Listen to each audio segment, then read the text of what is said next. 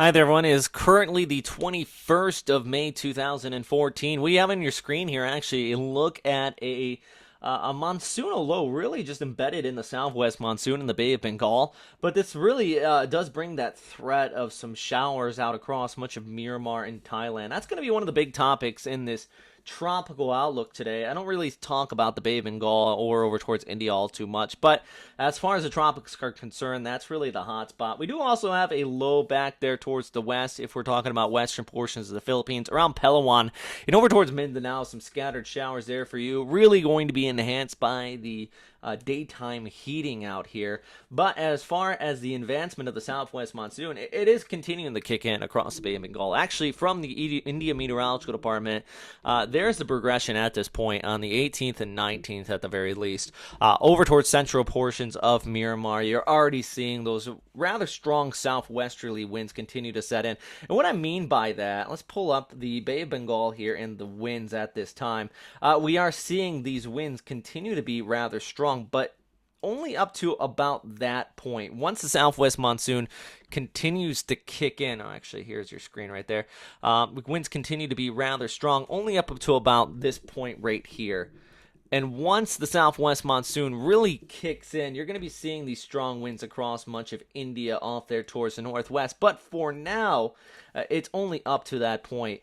Now, what we are seeing, though, is this monsoonal low. And I think this could be a trigger if it does develop a little bit more so and starts to push off here towards the northwest. Remember, these have that cyclonic circulation behind it, so it could be a trigger for the monsoon in the India, bringing it a little bit earlier than normal. This particular model I'm showing you right here doesn't really expect that to happen, but GFS and NavGem also picking up on it. I'm kind of going in the middle because NavGem also is expecting a kind of a full-fledged storm system to develop here, and we can see that with this model outlook. It rolls off there towards the northwest in the Bay of Bengal, affecting Bangladesh. I don't quite see that. I think there's a little bit too much vertical wind shear.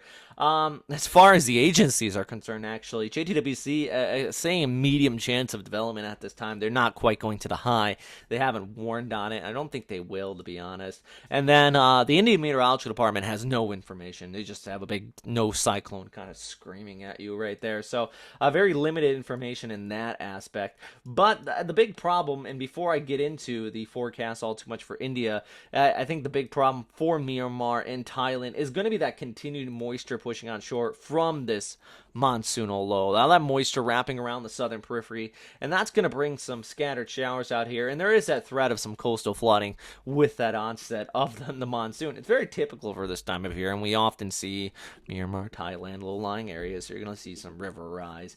It seems like it's always a big story, but it's typical. Already seeing reports in Thailand about 50 to 100 millimeters of total accumulation, and that's going to be something to watch out for there into the coming days. But as far as your forecast, this low is starting to get a little wrapping behind it. If it does become anything significant and does push off there towards the northwest, those of you into Bangladesh and India, you could see that onset of an early monsoon here for you. But for the most part, I think shear is going to continue to play a toll on it. Let's keep an eye on it, though. Yeah, at this time, no one's really warning on it, but let's continue to keep an eye on it. I think the highest flood threat is back here towards the east, but we still could see some scattered showers and a pretty early monsoon there in the eastern India. That is really all on that one, though. I don't want to beat a dead horse on it because it is rather weak and we're limited on the information. Models really split up on what exactly is going to be happening with this storm system. Center of circulation well removed from the widespread part of the convection. We can actually see the centers a little bit back here towards the east, but all of your convections over there towards the west. Main reason is that vertical wind shear, which is pushing in from the north and east. All right. Elsewhere across the tropics, so I did mention that low over the Philippines. That's the big topic there. And then back there towards the west, I also want to mention really quick, I'll just pull up the cloud cover. We do have a little bit of a tropical wave if you're southeast of Guam. Guys, don't get worried about this. Tropical season's not here yet, and unless you're cloud forecasting or you're just kind of wish casting, this is not going to develop into anything. There might be some showers out there towards Palau, a little area of instability if we're talking about next week for the Philippines. Every now and then we see these pulses come across the Philippines, and they bring you a couple extra strong thunderstorms in the afternoon, really supported by daytime heating. But it's not going to be anything organized. So, yeah, keep that in mind as we look ahead into the forecast. And that is all for right now. Thanks again for watching. If you have any questions, comments, or suggestions, though, you can always post them down there into the comment box below. And as always, stay safe out there. Bye.